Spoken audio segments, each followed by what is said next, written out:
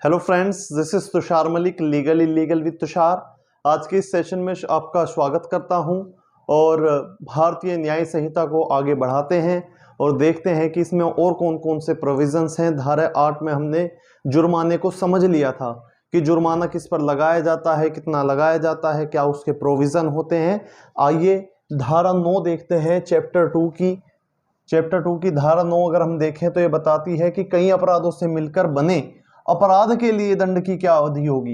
यानी आपने बहुत सारे अपराध एक बारी में ही कर दिए, उन अपराधों में अगर आपको सजा दी जाती है, दंड दिया जाता है, तो वो कितना मिलेगा। आइए देखते हैं। तो एक से अधिक दंड नहीं मिलेगा, मतलब आपने बहुत सारे अपराध मिले तो आपको एक से अधिक नहीं मिलेगा, और गुरुतर दंड की व्यवस्था भी इसमें दी गई है।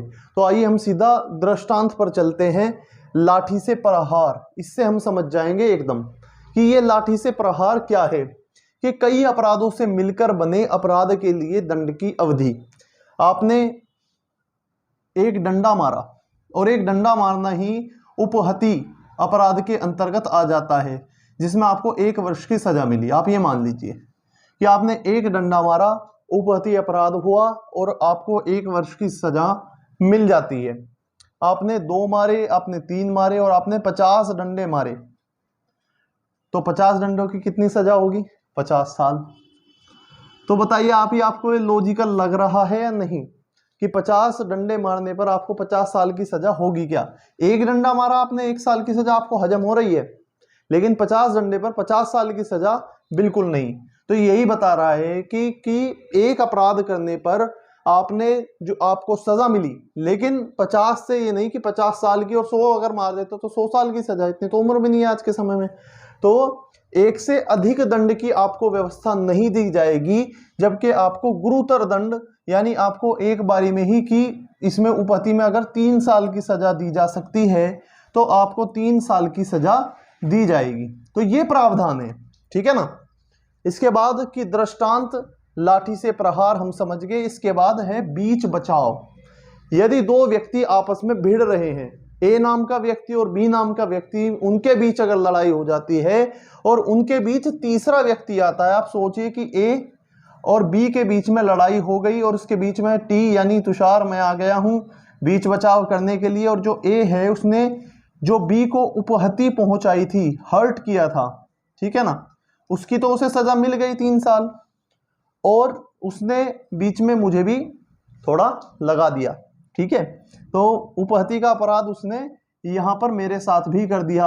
अब वहां पर लिखा हुआ है कि कई अपराधों से मिलकर बने अपराध के लिए दंड की जो अवधि होगी, तो कुल मिलाकर के जो उसने मेरे साथ किया तो उसकी सजा उसे अलग से मिलेगी। इन 3 साल से अलग सजा उसे इसमें भी मिल सकती है, ठीक है ना, मिलेगी ही।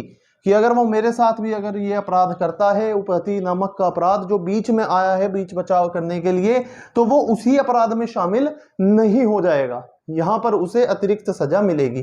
तो ये था धारा 9। आइए अब देखते हैं धारा 10 में क्या है। छोटी छोटी सेक्शंस हैं, बहुत बड़ी बात नहीं कहती, लेकिन इंपॉर्टेंट बात है, लॉजिकल बातें हैं, छोटी छोटी हैं। कि भैया 50 डंडे मारे तो 50 साल की सजा होगी क्या? नहीं होगी। हम सोचेंगे इसे थोड़ा सा, तो वही बात है, इसमें भी वही चीजें सोच करके लिख दी गई हैं कि एक डंडा मारने पर आपको एक सजा यानी उपहति के अपराध में दी गई है। तो उपहति के आप अगर बड़ा अपराध करते हैं तो आपको अधिकतम सजा दे देगा वो। इतनी ही तो बात है कि 50 डंडे मारने पर या 100 डंडे मारने पर आपको 100 वर्ष की सजा नहीं दी जाएगी।